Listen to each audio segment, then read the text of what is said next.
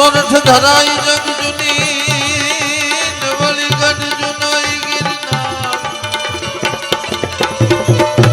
પણ મારી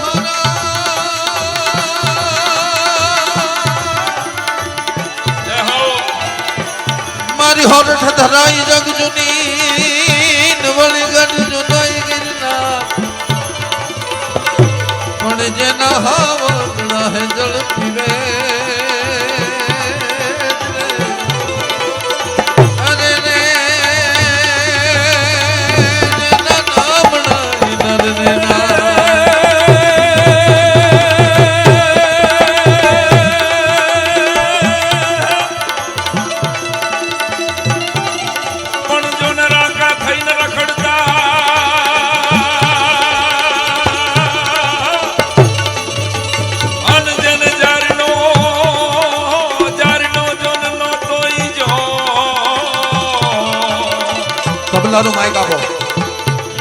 રાકા થઈને રખડતા અને જેને જારનો નહોતો જોગ એવા રાકા થઈને જોન રખડતા અને જેને જારનો નહોતો જોને જો એ યા કષ્ટ ભંજન દાદાની કૃપાથી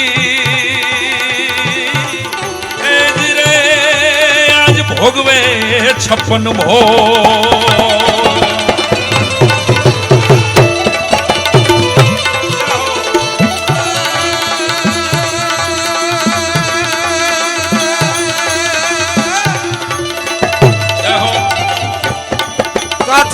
કાઠિયાવાડમાં કોકની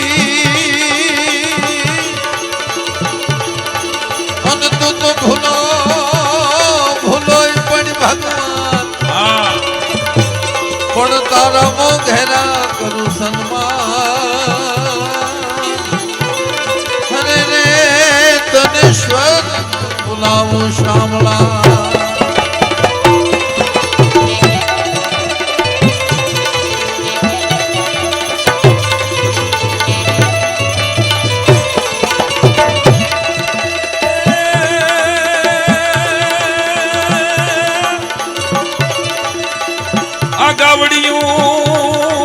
ગાવડિયું મુજ માવડિયું અનજોન દેતી જો નયા ઢળકડા આવી જાઓ મારા વાલા ઉપર આવી જાઓ એ જો ગાયું જીવે ધરણી ઉપર એ જીને જો સર્વે કરે સન્માન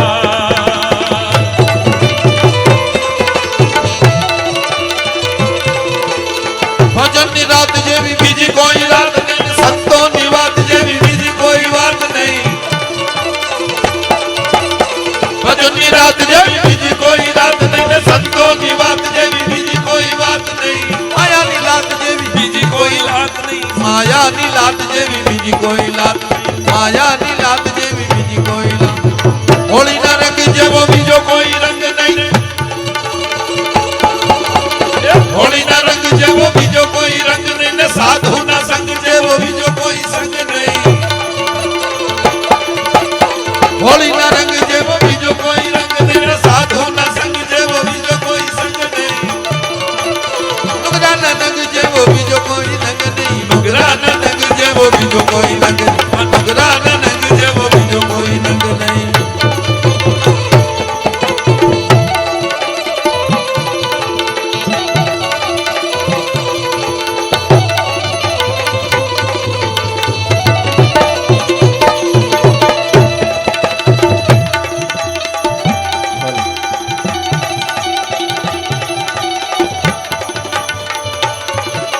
करने की कर से डर पर घर से भाग नजर से घर प्रीति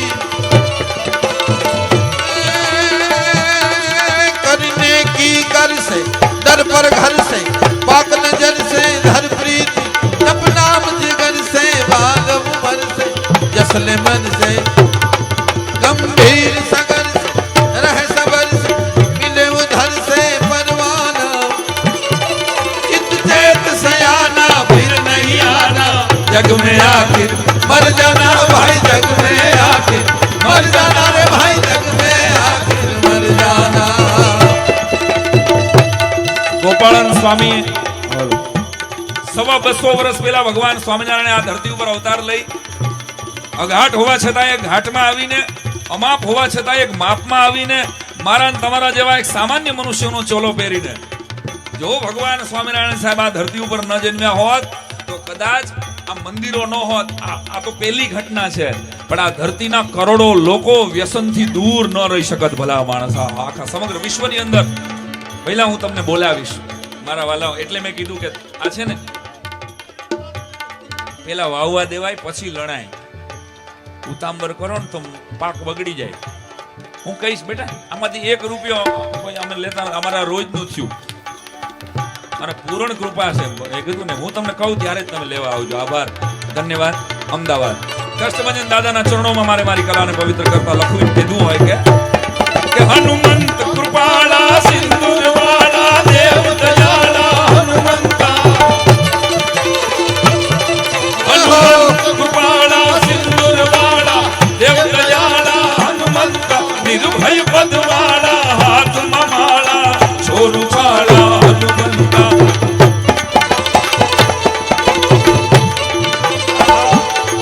કરજો રખવાળા છોહેતાળા વીર વડાળા બજરંગી, અંજનીના જાયા તોડ દેવાળા હારે રેજો બજરંગી અમારે હારે રેજો બજરંગી રે તમે હારે રેજો બજરંગી.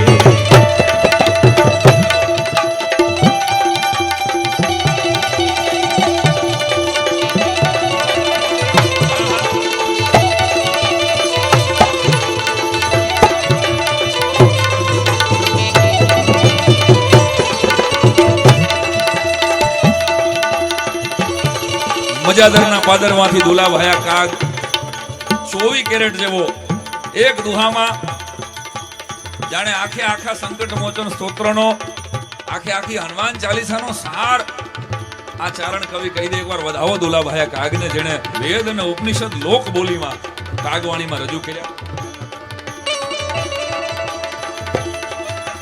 કે જમદ્રંડ જાંબુમાં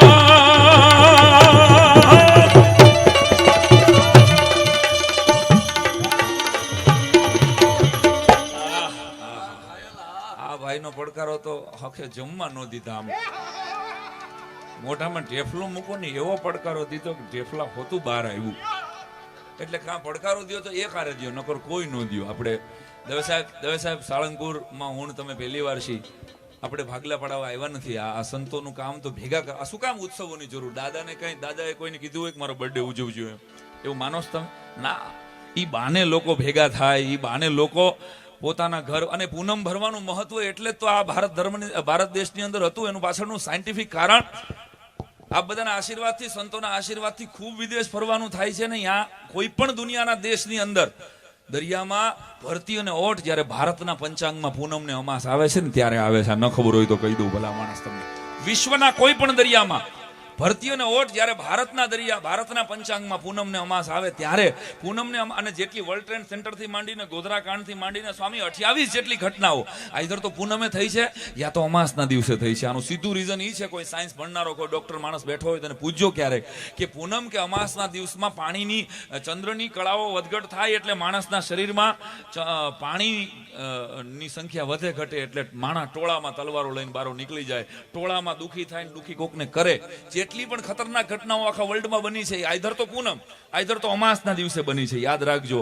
એટલા માટે આપણા વડવાઓને, આપણા સંત પુરુષોને, આપણા પૂજ્ય ચરણોને હજારો લાખો વર્ષ પહેલા આની ખબર હતી. એટલે પૂનમના દિવસે એને એના ક્રાઇટેરિયામાંથી, એને એના ઘર પાસેથી બહાર નીકળી જાય અને ધારો કે અમદાવાદ રહેતો હોય કે સાણંદ રહેતો હોય કે સુરત રહેતો હોય, પૂનમ ભરવા કષ્ટભંજનના દરબારમાં આવી જાય ને એટલે સુરતમાં એને કોઈની યાર ડખો ન થાય. અહીંયા તો એ ભગવાનના ધામમાં છે, અહીંયા એ કરે નહીં.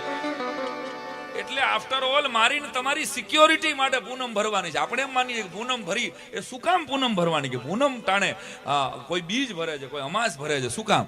કે પૂનમ ટાણે તમે તમારા ઘર પરિવાર સાથે ધર્મસ્થાનોમાં આવો એટલે તમારું માઇન્ડ છે ને સેટ. આ સાયન્ટિફિક રીઝન આનું આ ઈ દેશ છે સાહેબ જ્યાં મને કહેવા દો કે ગંગાના પાણીને સામાન્ય પાણી નથી કહેવાતું. આ ઈ ભારત દેશ છે જે મંગળસૂત્રના દાગીનાને સામાન્ય દાગીનો નથી ગણાતો. આ ઈ ભારત દેશ છે જ્યાં ભલા માણસ ગાય માતાને સામાન્ય પશુ નથી ગણાતી અને ભગવા કપડાને સામાન્ય કપડું નથી ગણાતું. એ ધરતીના આપણે વારસદારો છે.